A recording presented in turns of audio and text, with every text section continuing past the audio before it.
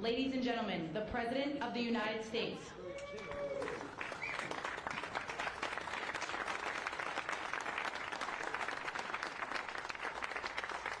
Hello, everybody. Thank you very much. Thank you. What a friendly group this is. No Democrats are here, right? Well, I want to thank everybody. This has been a labor of love. You know, we took over a building that was not properly taken care of. It just wasn't. It's a very special building, and we are taking care of it. This was grass, and when you have a news conference, and this was going on for many years, but everybody would just sink into the mud. It was extremely luxurious grass, especially when it was raining, because you'd go down about 5 inches into the mud. And when we had a press conference here, all the press standing back there, they'd be cursing me. The women would be lifting up their shoes, saying, "You've destroyed my shoes, this is terrible." So we got a stone that's the exact same stone and color as the White House itself, because we wanted the friendly feeling of that light color. And it reflects the sun, and it keeps you cool even in the summer. And we've had press conferences. We finished it about a month ago. This is, as you see over here, the Presidential Walk of Fame. And we had this long wall with half windows because that used to be a swimming pool on the other side of the wall. That was the swimming pool where Jackie would say, "I hear women inside." Are women inside? Quite famous. I'm not saying anything. This was a part of a movie. And the Secret Service said, "No, ma'am. There's no women inside, ma'am. I'm sorry, ma'am. You're going to have to move along." "But I hear women inside." "No, ma'am. You'll have to move along, ma'am." So that was the famous swimming pool. Now it's even worse. It's for the media. They covered the pool up. They covered the pool up, and now it's for the media. And I think we have a small representative group. I don't think they allowed the rest of them. I can't believe it. What happened? They're all on the other side of the wall. Can you believe it? Because this is supposed to be sort of a private event. And there is no such thing in politics as a private event. Lindsey, you learned that a long time ago, right? The great Lindsey Graham. Doing fantastic. You're up 34 points, Lindsey. That's right. Thank you. It's not bad, I'll tell you. It's not bad. So we did the Presidential Walk of Fame from the great George Washington all the way to, well, I think we have to rate him above me. So it's less than great, less than George. Somebody went up there and they say, "You're the third best president in the United States." This was on television, third best. And they said, "Who are the first two?" "George Washington and Abraham Lincoln." And I got extremely angry at this man. You know, you can't. It's going to be tough to beat, Mr. Senator. It's going to be, John. It's going to be very tough to beat Washington and Lincoln, but we're going to give it a try, right? Hey, they didn't put out 8 wars, 9 coming. All right, we put out 8 wars, and the 9th is coming. Believe it or not.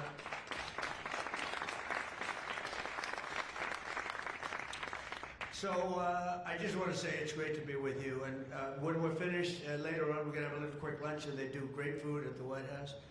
And this is used sometimes for evening, where we've had some incredible people for the evening, and some of the big foreign leaders have been coming. And most excitingly, on the other side, you see the fence and the wall. We're building a world-class ballroom. You know, for 150 years, they've wanted a ballroom here. We don't have a ballroom. We have a little cocktail area, but we don't have a ballroom. The East Room, it's called, is a very small cocktail area. It holds about 88 people if it's tight.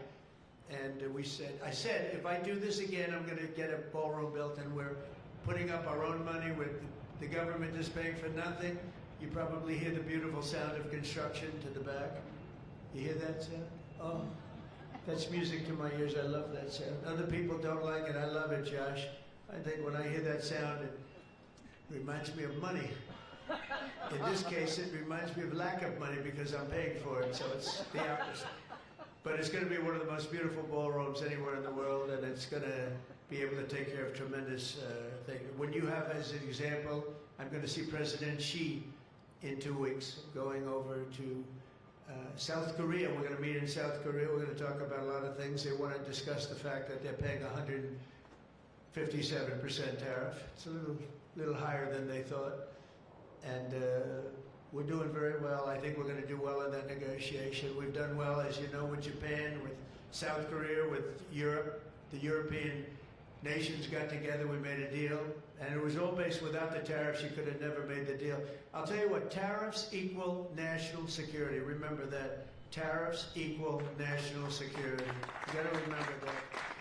And they also equal wealth for our nation because we've taken in hundreds of billions of dollars in a very friendly manner, given to us by nations that used to take it from us.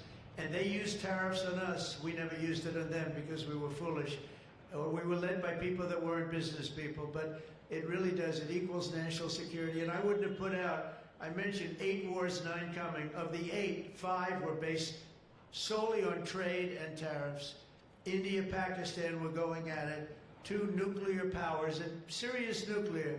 7 planes shot down. They were ready to go, and I called them up. I said, you go to war, and we're not doing a trade deal. And they said, well, what does one thing have to do with the other? I said, it has a lot. You're nuclear powers, and if you do it, we're not doing a trade deal. And 24 hours later, they called me, we have decided not to do it. We stopped the war. We stopped a potential disaster, a nuclear disaster, because of trade. And it's been really amazing. But the tariffs have made us a wealthy country. They've given us tremendous defense. They've given us things that we can do for other countries, very positive. But again, really, it's national security, it's national defense, and they are so important. And it's incredible that presidents, for the most part, didn't know how to use them, when to use them. If you go back, you'll see some of the presidents that were the most successful were believers in tariffs. And I even see foreign countries now that we are doing very well with, taking ads. Don't go with tariffs. They're taking ads. I saw an ad last night from Canada. If I was Canada, I'd take that same ad also. But they're actually on television taking ads. But I do believe that everybody's too smart for that. We have a very, very big and important case coming up. We should win the case based on the legal merit. We should also win the case based on all of the things I just said. But we're a wealthy country again. Last week, as you know, they found $31 billion. They came to see me, sir. We found $31 billion. They said, we don't know why. I said, was this a good find or a bad find? It was a good find. It was a plus 31. We're used to finding negative 31s, right, for the last 30 years. I said, check the tariff shelf. Well, those tariffs haven't kicked in. Yes, they did. They kicked in 2 months ago. Check it. He comes back 2 hours later. Sir, you were right. We have an additional $31 billion, billion, not million, Lindsay, billion, that we just found from tariffs. They kicked in earlier than we thought. You were right. We're a wealthy nation again, and we're a nation that can be secure. We're a nation that can start paying down our debt. And with tariffs, we're the wealthiest nation ever in the history of the world. Without them, we've got to slog. We've got to slog. But remember this, other nations, including China, Japan, European nations, they used tariffs against us for many years. That's why we owe $37 trillion. That's why. But they used tariffs very successfully against us, and we had presidents that never fought it. But now you have a president that does fight it. So I just want to welcome you to the incredible Rose Garden. It's just an incredible place. It was done, we did it, brought it back to health. It was in very bad shape, actually, and we brought it back to health. First Lady Melania did a fantastic job on it. The surrounds and everything, it's all brand new wiring. You know, underneath there's a lot of wire, a lot of things. Everything brand new, everything beautiful. The only thing we did is we had to get a hard surface here because nobody could use it because of the grass. So I just want to welcome you, and I hope you're going to be here a lot. We're going to use it for meetings. We're going to use it for press conferences. Now we can use it. It was unusable before, and now we can use it. But everything that you see was redone.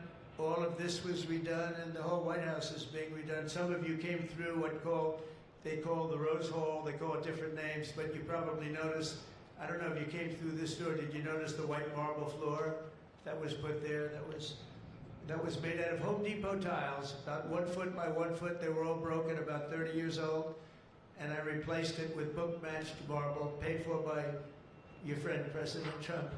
It's like, it's amazing how people like it when you say you paid for it.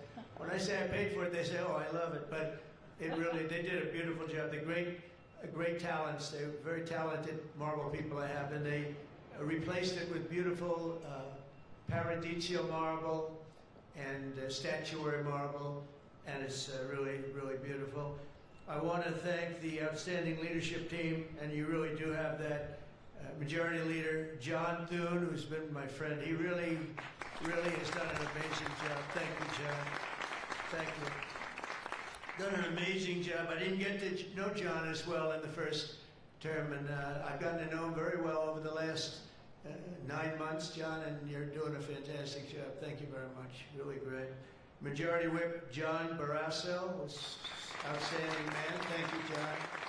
Thank you. Great guy, too. Conference Chair Tom Cotton. He loves that military. He loves the he loves the military. Policy Committee Chair Shelley Moore Capito. Shelley, thank you very much, Shelley. Vice Chair James Langford. Very good, James, thank you. And you know, we have everybody but one person here. You know, everybody showed up. I figured you'd have like, I'd say 40 would have been a good number, right? If everybody, we're just missing one person. You'll never guess who that is. Let me give you, he automatically votes no on everything. He thinks it's good politics. It's really not good politics. He's an automatic no. But I don't know. Look, if he wanted to come, I'd probably let him come, right? I'd let him come. Begrudgingly, but would let him come. And National Republican Senatorial Committee Chair, an unbelievable guy, Tim Scott. You know, Tim, I shouldn't say it because it's so, I don't know if it's going to go. But Tim ran, and he was very effective and very good, but he was on the debate stage and everything else, he was good just because he's good. But he wasn't as good as they thought he was. And when he got out of the race, he endorsed me almost immediately. And I used him as a surrogate. And I wasn't sure if I should because, you know, sometimes I want a total lunatic to get up and fight for me. And Tim is a really good person. So I wasn't sure. And I put him on the stage, and he ripped the heart out of everybody. He was so brutal. He was so unbelievable. It turned out to be absolutely one of my best surrogates, and it includes a lot of you people that were here. You were all surrogates. But Tim ripped these people apart. And after watching 2 or 3 times, then I wanted him all the time, right, Susie? I said, I want Tim Scott, get up there. But he was so good, and I said to him, Tim, when you fought for me, you were much different. When you fought for me, you were a tiger. You were like unstoppable. You were, really was. You all saw that. What's the difference? He said, I've never liked selling myself. And I love selling somebody that I really do believe in. I really believe in you. And I just felt that way. And it was so nice the way he expressed it. And I want to tell you, you are a champion. You are a winner, and congratulations. Thank you very much. I never love telling that story because I'm not sure if it's a good or a bad story, but I'm telling you, you are an amazing guy, and you fought for me so hard, and I really appreciate it. You got to be my #1 choice, Tim. So something happened. I appreciate it. And you're doing great doing what you're doing right now. I also want to thank the entire Senate Republican Conference for your tremendous work on confirmations. Boy, did we have a couple of weeks, huh? We had some, I signed like 150 of them, and I didn't use an auto pen, by the way.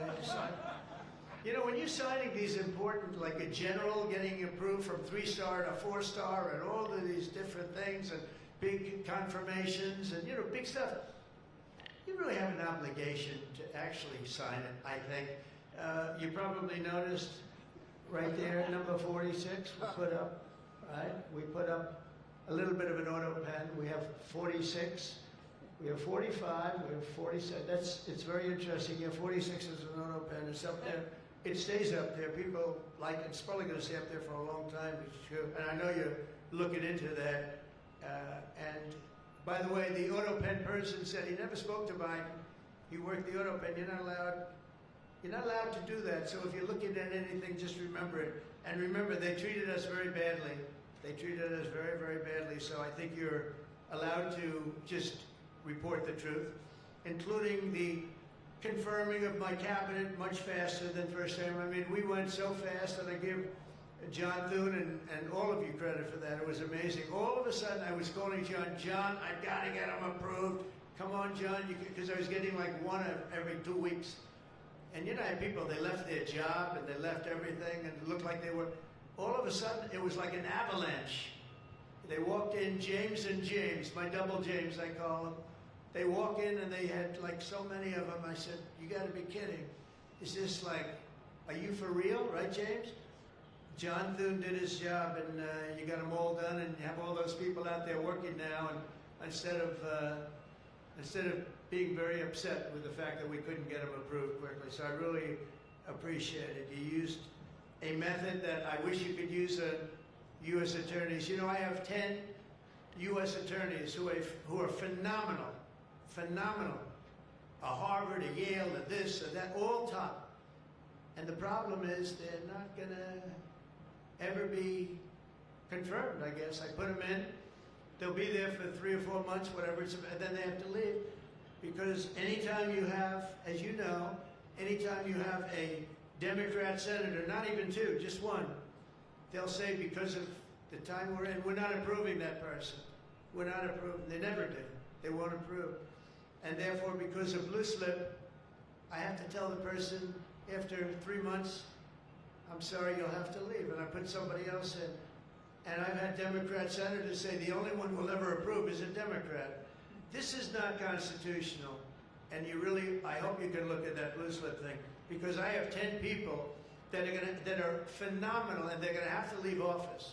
Highly educated, top of their class, everything.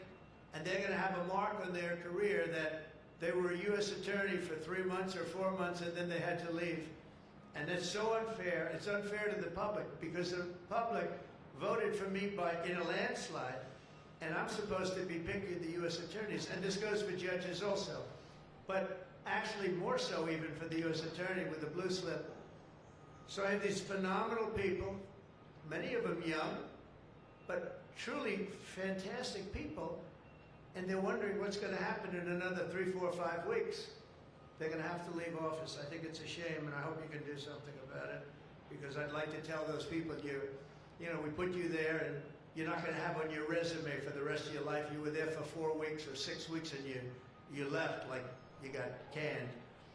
So I hope you look at that. Very important. And after your pivotal changes to the Senate rules last month, as a result, this is what you did, the unprecedented obstruction by the Democrats. We've confirmed more than 175 public servants, people that are phenomenal, to keep posts. And that's just been over the last couple of weeks. It's an unbelievable thing what you've done, John, all of you together.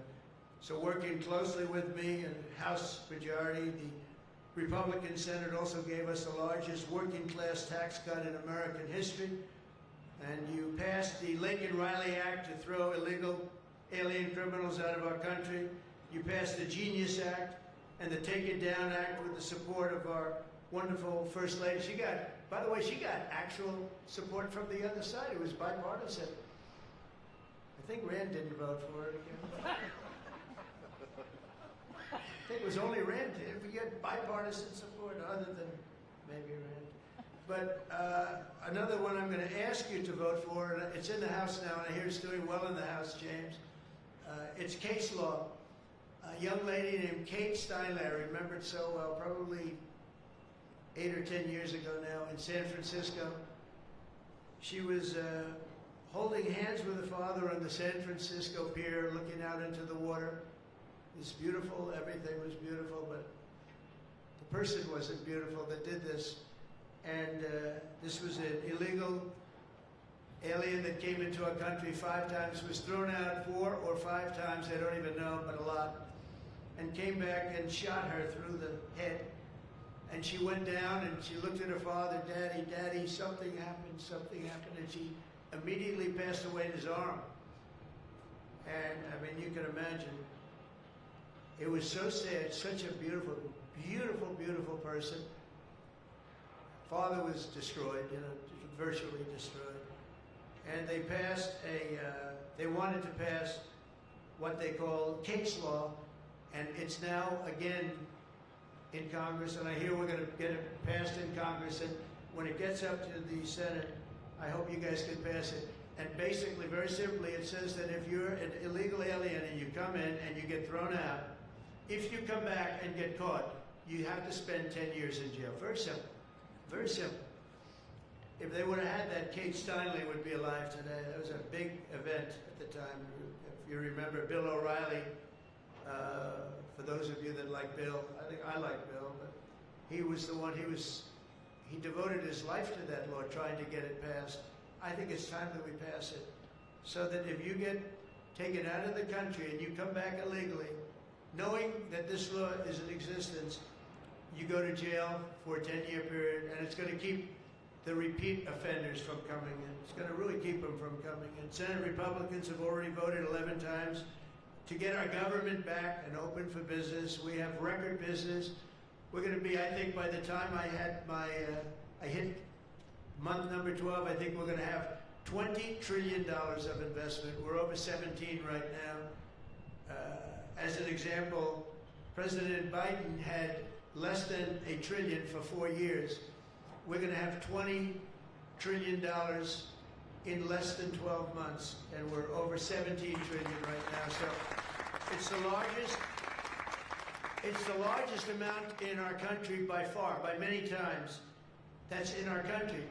But here's the one, it's the largest amount in the history of the world. There's never been a country that's had anywhere near 17, or it will be 20, and it's going up fast. A lot of it's because of tariffs, because they're coming in because they don't want to pay tariffs. In other words, they make their product in a certain country, and they used to just send it in here, and there was no charge, absolutely. Now, if they have to pay a 20%, 30%, 50%, 100%, or 2% tariff, they say, well, it's better if I build my plant in the United States. It always amazed me I did this first term. We had the greatest economy in the history of our country in first term. We had COVID, and we did a good job with that. That was a curse for every country in the world. It was terrible. But we had the greatest economy we ever had. But if you remember, I started the tariffs, but I held it off because it wouldn't have exactly been good at the time to tell France, you know what they were going through, you know what Spain was going through and Italy was going through. That, by the way, we're going to charge you tariffs. But I had started the process. We were going, the country was doing good. And I took in hundreds of billions of dollars from China. I put the full tariffs on China. Biden left the tariffs because he couldn't, it was too much money, but they gave so many exceptions that they were essentially meaningless. In other words, here's the tariffs, but you don't have to pay if you look at somebody the wrong way. You don't have to pay. So they didn't pay very much. But with me, they were paying hundreds of billions of dollars. And again, I have a great relationship with President Xi. I expect to be able to make a good deal with him, and I want him to make a good deal for China, but it's got to be fair. For years, they were making $500, $600, $700 billion.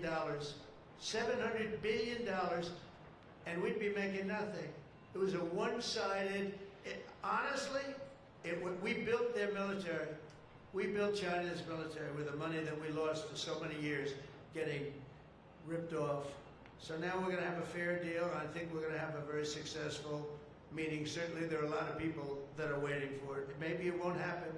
Maybe it won't happen. Things can happen where, for instance, maybe somebody will say, I don't want to meet, it's too nasty. But it's really not nasty, it's just business. And we're gonna do a good job representing you people and representing the people of our country. Unfortunately, in a craven and pointless act of partisan spite, Chuck Schumer, who I've known for a long time, and the radical left Democrats are holding the entire federal government hostage to appease the extremists in their party. And they are extreme. I mean, I've never seen anything like it. They're extreme, and you know what? We had a landslide election. We won the popular vote by a lot. We won the swing states, all 7. Remember, they said, oh, if Trump could get 3 swing states, he'd be... And, well, I didn't get 3, I got 7. We got all 7 by a lot, by record numbers. We won the Electoral College, 312 votes. They said, it's very hard for a Republican. It's harder for a Republican. Although now I think we've swapped it. I think it's now harder for a Democrat. Because if you see what we've done with the Hispanics, with the black workers and black men, and recently a poll came out with black men and women were doing so well. You know, they want security. They don't want to have their city destroyed. Women in Chicago, beautiful black women walking around with red MAGA hats because they don't want to be mugged and shot and everything else. And then you see a Democrat get up and tell you how safe it is in Chicago. You know, they've had, in a fairly short period of time, 4,000 murders. This is over a short period of time. 4,000 murders. And they had a holiday where they had 28 people killed and almost 100 shot. And then you listen to this guy, Pritzker. I've known the family for a long time. They threw him out because he was no good, and he became governor. He's got money through the family. He didn't make, he got money through the family. But they threw him out, he became governor. I said, I wonder how he's going to do. It's a crime palace, it's a shame. And you know what we did in D.C. is unbelievable. You people, you can walk down the middle of the street, Mr. Senator, you can walk down, you can have your wife meet you at the restaurant and she's not going to be accosted, shot, beat up, raped. It's unbelievable how bad it was. It was one of the worst in the country, and now it's stone cold. I don't say the word perfect, but it's pretty damn close. And you know, they would average more than a murder a week in Washington, D.C. This is just before we got here, a murder a week. Think of that. The capital of, in my opinion, the capital of the world. They come from Iowa, they come from Indiana, they come from Florida, and you call up the parents, I'm sorry, sir, your son has been shot and killed. We have no crime here now. We have no crime. And the National Guard has been unbelievable, the job. Unbelievable. And you know, it also looks better. I do a tour, I hop in that beast. I feel very safe in the beast. The windows are this thick. But I hop in the beast and I tell the Secret Service, let's drive around town. I used to do that myself. I could drive myself around. I actually like that better. But now I don't think it's a good idea. But we drive around in the streets. The place is looking much, the grass is good, the fences are down, there's no tents, there's no anything. We are looking like it's just a whole new look, and the most important thing, there's no crime. And we're going to fix the roads. We have great pavers. We're going to fix the medians in between the roads, which are half of them are falling down. We're going to take some of the tiles off the bridges, the tunnels that you have. They've been up for 40 years. They're rotted. And we'll put up brand new, gorgeous white tiles like it's supposed to be. But this place is looking really good, and we haven't even started the real fixing up of the town. We're getting rid of the graffiti. You notice there's almost no graffiti anymore. A lot of that beautiful statuary marble and red graffiti all over it had bad signs up, and it stopped. We've taken out 1,700 career criminals and people that came in through an open border. They came in through Biden's open border, and we've taken them out. The thing having to do with all of the elements in the great, big, beautiful bill, I'll tell you, it's amazing what we've done. $200 billion in costs for medical. What we've done, $50 billion for rural hospitals. And remember, no tax on tips, no tax on Social Security, no tax on... Think of all of these things that we've done. This is the biggest, this is the greatest bill. Social Security, no tax on overtime, but no tax on tips. I got that from a waitress in Nevada. I was making a speech and I'm at one of my restaurants in the hotel I own there. And I say, how are you doing? Well, sir, it's terrible. They're taxing my tips. They're going, I wouldn't have even thought that. And I looked at it, and she said to me, sir, there should be no tax on tips. I said, say it one time more. No tax on tips. I walked outside to the press. I said, there will be no tax on tips. She was right. And we won that state by a lot. That's not a state that we win by that much, David, but we won it by a lot. So it was pretty good. But that bill is chock full of so many different things. So it was the biggest bill. I'm actually saying this to the fake news so that they maybe print it, but maybe not, because you people know.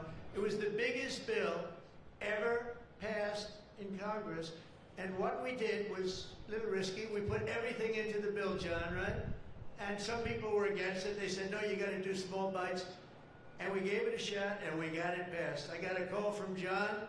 He said, it was 3 o'clock in the morning, sir, we have 4 hard no's. could you please call him? I said, what time is it, John? It's 4 o'clock in the morning, sir. So I call up. One of you is sitting right here. I said, Jim, could I say hello to you? It's 4 o'clock in the morning, right? He said, sir, you have my vote. And I said, wow. Then I called up another person. I'll use fictitious names. Doug, could I get your vote? You've got it, sir.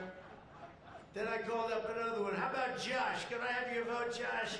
Because I like Josh. And Josh, who can be very difficult, said, sir, you have my vote. His wife was screaming at him on the other side.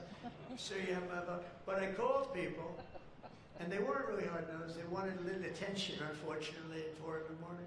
Sometimes I like the ones that don't like the attention, but we'll take it anywhere we can. And we got it passed, right, John? And nobody thought that could happen, because you have a small majority. And in the House, how about in the House, we had a majority of 3. We actually went down after that for a period of about 2 months. We went down to a majority in the House of 1. And I kept saying, you know, because I tell you, Mike Johnson's great. The team, these two teams, did you ever see two people more different? One's tall, one's slightly less tall. You want to be They are very different people, but they're the same in terms of talent. They did it. The two guys, and they get along incredibly well. We all do. We get along great. But we passed a bill. We don't need to pass any more bills. We got everything in that bill. There's nothing else we have to put. We got the largest tax cuts in history. We got the extension of the Trump tax cuts. We got all of these things. And, you know, remember, they lie. They will look at I saw it the other day, they were talking about, I call it the great big beautiful bill, but that's what it is, the great big beautiful, the biggest bill ever passed. And what they say, they make up stories. And I saw they were interviewing a senator, and they said, well, what's wrong with their bill? He didn't know what to say, because there's nothing he could say. It covers everything. He said, death, death. It brings death. Now, if I'm a regular person and I hear that, I say, oh, that's terrible. But it's just the opposite. It brings life. It brings Medicaid, Medicare, Social Security. It secures all those things. And they just are so bad. You know, they said death. It was like death. And there's nothing about death. Theirs is death. Because they're going to lose Medicaid. They're going to lose Social Security. They're going to lose Medicare. All of those things are going to be gone because the whole country would be bankrupt, and you're not going to have any kind of medical insurance. So with us, it's the opposite. And it's a great bill. We don't need any more. And I want to just say from the beginning, our message has been very simple. We will not be extorted on this crazy plot of theirs. They've never done this before. Nobody has. You always vote for an extension. Chuck Schumer and the Senate Democrats need to vote for the clean, bipartisan CR and reopen our government. It's got to be reopened right now. We're not doing that. They are the obstructionists. And the reason they're doing it is because we're doing so well. We're doing well all over the world. We're doing well with the close to $20 trillion that I just told you about. It will be that number, but even if you take it down to over 17, that's a guarantee. We're doing well with everything. Car plants are pouring back into our country. AI plants, we're leading, we're dominating China right now in AI. And I did something that I think you'd like, because we have an old grid, it's a tired grid. It doesn't have the juice that you need to fire up these plants. You know, these plants will need more than double the energy we have right now for the whole country. That's how big it is. And we can't do that. There's no way we can do that. China's building right now 52 power stations. But I did something better. I'm letting everybody build their own power plant, so they'll become like an electric utility in addition to AI. But if they want to build their own plant, and we get their approvals within less than a month, it used to take 5 years prior to rejection. Sometimes a guy in Louisiana, they had one that took 12 years, and then they got rejected. I got it approved in 2 weeks when I got into office. That was the first term. And the plant is up now, and it's been a great thing for the state. I did it twice, actually. I got 2 of them that were dead after 12 years, and I got them approved, both of them, in less than a week. And that's what we're doing. Lee Zeldin, by the way, is doing a phenomenal job, Environmental Commission, I have to tell you. He knows that we have to get them fast, and we're getting them fast. So we're leading China in the AI race by a lot. Under Biden, Democrats voted 13 times for continuing resolutions to keep the government open. And all we want is simply to ask them to do it once again. They always voted for it. They never voted against it. Nobody votes against it. But they do that, and they do. It's partially my fault. I mean, I'm watching you, and I'm looking at all these great faces that I've seen. Really great people. I think with few exceptions, a couple of you I don't like that much, but with few exceptions, great people. And you look at what they do, and you look at the game they play, and it's a horrible game. And, you know, we have the hottest country ever. This is the hottest country anywhere in the world. And I say this, I'm sure you've heard me say it, but I was over in the Middle East, and the King of Saudi Arabia and others also said essentially the same thing. They said, you know, President, a year and a half ago, your country was dead. We never thought we'd see this. And right now, you have the hottest country anywhere in the world. We do. We have the hottest country anywhere in the world, which tells you about leadership, and that includes your leadership. So as you know, my door is always open to anyone. It's not like that AOC, how about her, where she said, she's talking about having rebellions and everything. She said, well, my door is always open. But she's not the leader. I'm sure the leaders felt very nicely about when she said her door's open. Who the hell wants to go into her door anyway? She doesn't know what the hell she's talking about. She's the one that started. You know, I remember, I'll never forget, she never took a course on the environment.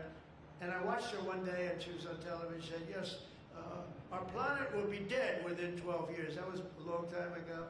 Our planet was supposed to be dead. Remember the 12-year theory? We were environmentally dead. Now, these people, they've got an agenda that nobody quite understands. The good news is they don't understand it either. They really have no idea.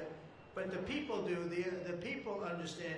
We're giving you the biggest tax cuts in history. All of these things, it all adds up that we should do fantastically well in the midterm. The only thing wrong with the midterms is that statistically, when you look, a president gets elected, and for some reason, and nobody, even the great John Thune, cannot explain to me, for some reason, even if he's a reasonably good president, and we've had success like nobody, but for some reason, you lose the midterms. I don't know why. I mean, the odds are tremendously against, like 92% or something.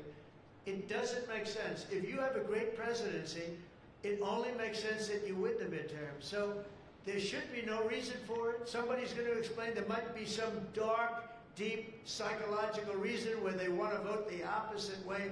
I don't know what it is, but we have to win the midterms. Otherwise, all of the things that we've done, so many of them are going to be taken away by the radical left lunatics. I mean, we're going to end up with a communist mayor in New York. Can you believe it? A communist.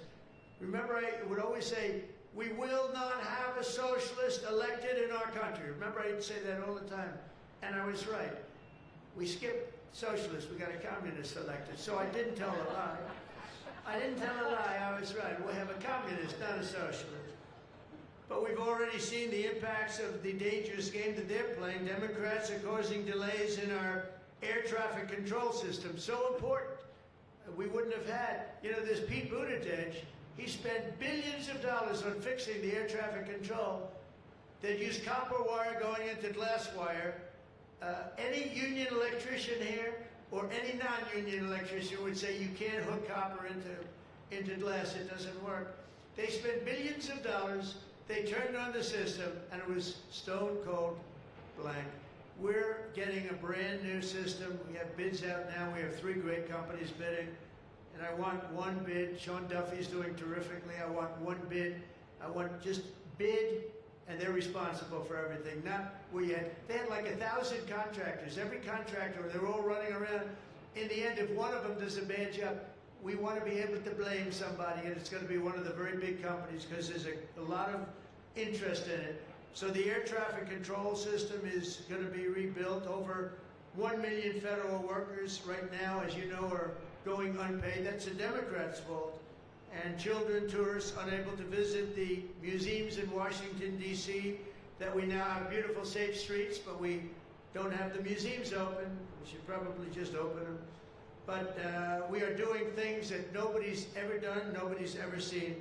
So all of this and the pain that the Democrats have caused during this reckless and completely unnecessary affair and you can call it the Schumer shutdown or the Democrat shutdown. You can call it whatever you want. And I will say this, that we have Darth Vader. You know Darth Vader, right? Darth Vader is a man who, I think he's sitting right. Is that Darth? Stand up, please, Darth Vader.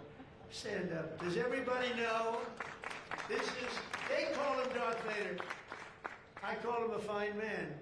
But he's cutting Democrat priorities, and they're never going to get him back. And they've caused us, and they've really allowed us to do it. And by the way, thank you. You're doing a great job, I have to tell you. So, really a great job. Because many of the things that they're cutting, like the New York project, $20 billion we're cutting it, they're not going to get it back. I mean, they're not going to get a lot of things back. They may not get it back. Maybe we'll talk to them about it. But they're losing all the things that they wanted.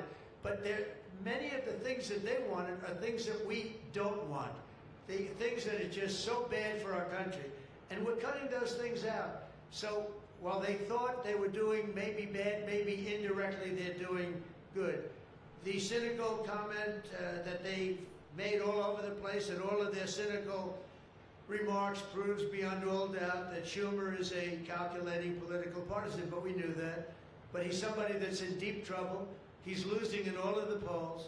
He's even losing to AOC +3. Remember +3? What happened to the +3? Are they still around?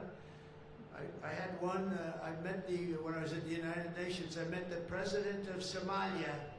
And I said, I have somebody I'd like to give back to you. He said, no thanks, we don't want her.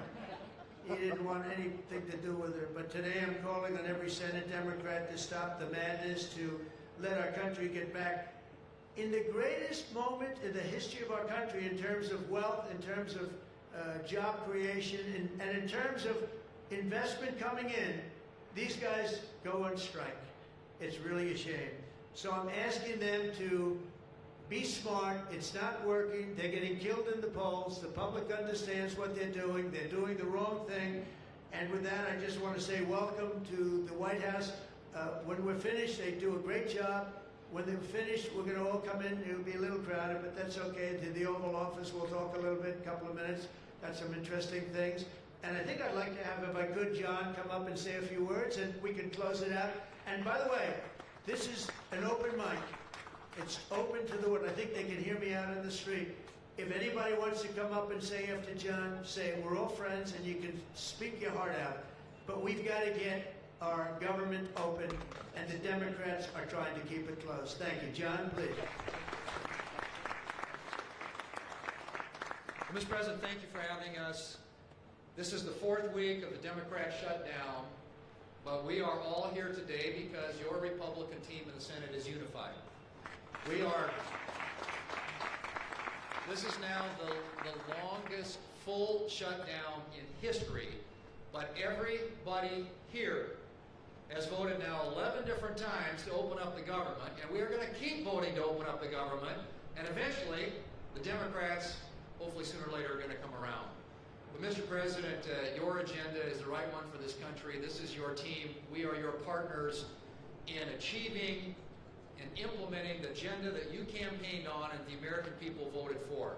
And you just mentioned it has been a series of promises made and promises kept, whether it's national security, whether it's the border, whether it's the economy, taxes, regulations, energy, Trump newborn accounts, school choice. You look at what we've accomplished so far. It is a remarkable, remarkable team and a record of accomplishment that can't be matched.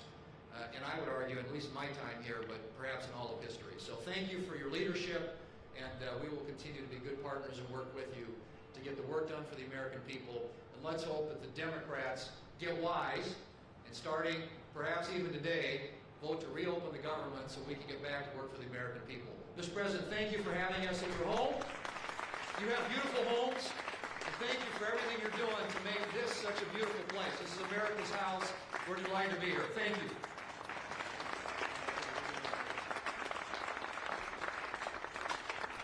Okay, TV, we're done.